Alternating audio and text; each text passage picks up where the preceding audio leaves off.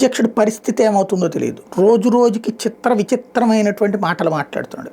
కాసేపు ప్రపంచ శాంతి కోసం నేను రాజీనామా చేయడానికి రెడీ అంటాడు. రష్యా ఉక్రెయిన్ల మధ్యన శాంతి ఒప్పందానికి రెడీ అంటాడు. కాకపోతే నాటోలో సభ్యత్వం ఉక్రెయిన్కి ఇచ్చేస్తే నేను రాజీనామా చేసేయమంటే చేసేస్తానంటాడు. మరొక వైపున అసలు అమెరికా ఇచ్చిన డబ్బులు ఎక్కడున్నాయో నాకు తెలియదు, నాకు రాలేదంటాడు. మాకు ఇప్పటిదాకా కొంచెమే వచ్చినాయి అంటాడు.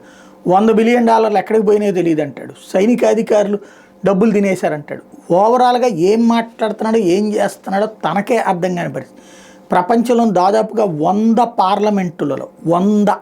పార్లమెంటులలో భారీ ఉపన్యాసాలు ఇచ్చినటువంటి వాడు, రష్యాని ఎదిరించే ధీరుడుగా, రష్యాని ఎదురిస్తున్న వీరుడుగా ప్రొజెక్ట్ అయినటువంటి వాడు, కనీస నాలెడ్జ్ లేనటువంటి నాయకుడిగా, సొంత దేశ ప్రజల్ని నడి రోడ్డు మీద నిలబెట్టినటువంటి వ్యక్తిగా ఇప్పటికీ ఎస్టాబ్లిష్ అవుతూ ఉన్న దాన్ని కవర్ చేసేటటువంటి అంతర్జాతీయ మీడియా ఒక టైప్ ఆఫ్ సైకో మెంటాలిటీ ఉన్నటువంటి బ్యాచ్ కొనసాగుతూనే ఉంది అతని కోసం.